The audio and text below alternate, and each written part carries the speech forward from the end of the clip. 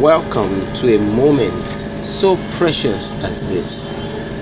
We are discussing times and seasons.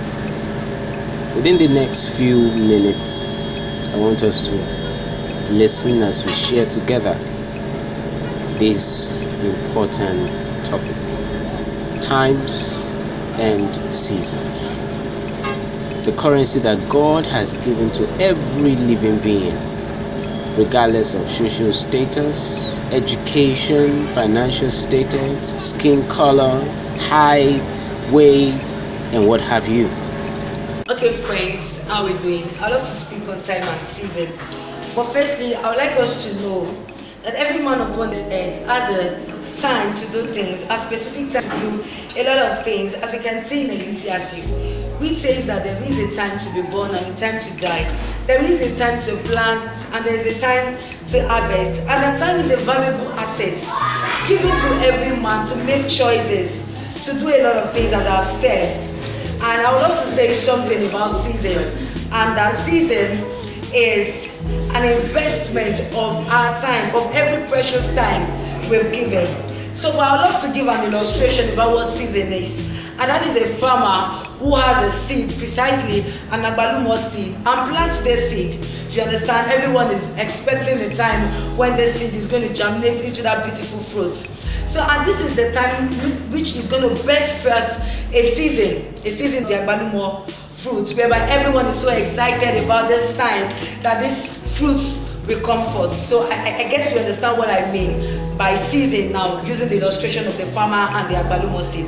So the truth is that we can decide to have a productive season or an unproductive one, and that is if we are able to manage our time, or how good we are able to make use of the time the Lord has given to us. I'd like to chip this in also, that our God is a God of time. As we can see that it makes everything beautiful in His own timing, meaning that God also brings forth beautiful things. Time is a currency spent in this world.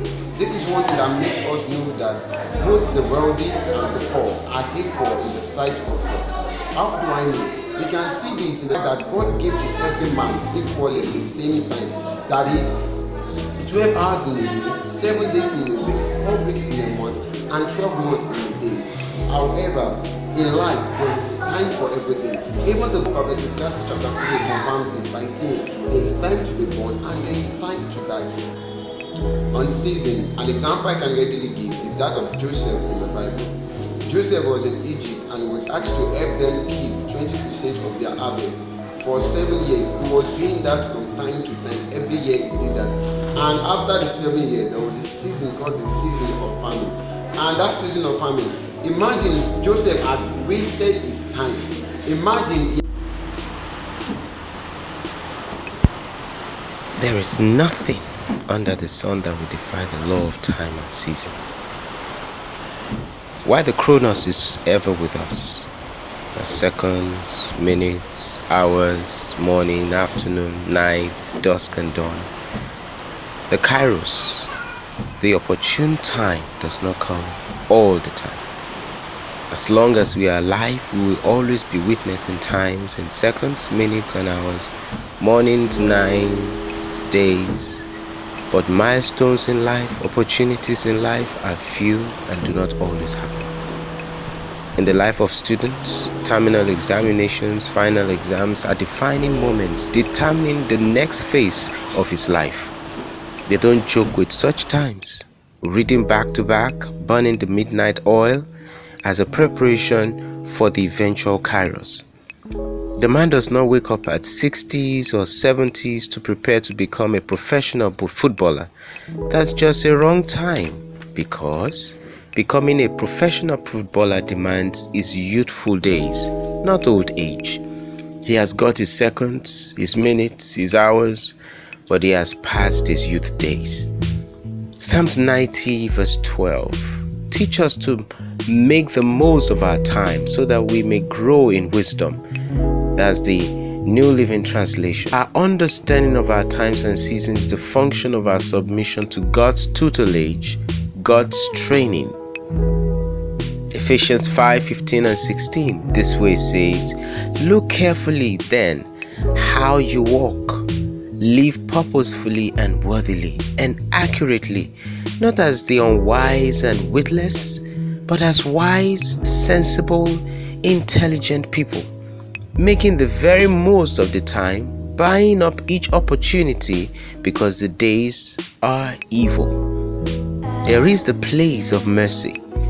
According to Psalms 90 verse 14, it states, "Oh, satisfy us with your mercy and loving kindness in the morning, now before we are older, that we may rejoice and be glad all our days." That's the Amplified Version. Our rejoicing and gladness all the days play out in the sphere of God's mercy and loving kindness as a result of our submission to Him. The place of grace is that God can make your 1 year what your 10 years will have been.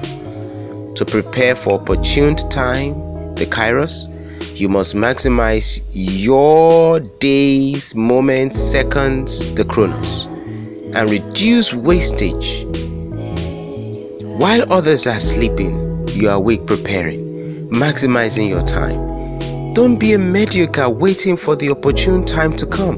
Wake up instead and prepare, so that when your Kairos comes, you won't miss it. Prepare in Chronos for your Kairos. Even Jesus showed us that respect to time and seasons is very important. Otherwise, there will be grave consequences. Work while it is day. John 9 verse 4. For the night comes when no one will be able to work. Jesus prepared for 30 years for the assignment of 3 years. Those who excel in life live as if there is an assessment of them every day. You can lose your health and get it back. You can lose money and get it back. You can lose houses and get them back as far as there is time. But you lose everything if you lose time. If time and chance happens to them all, what do all do to time and season? Think about that. God bless you.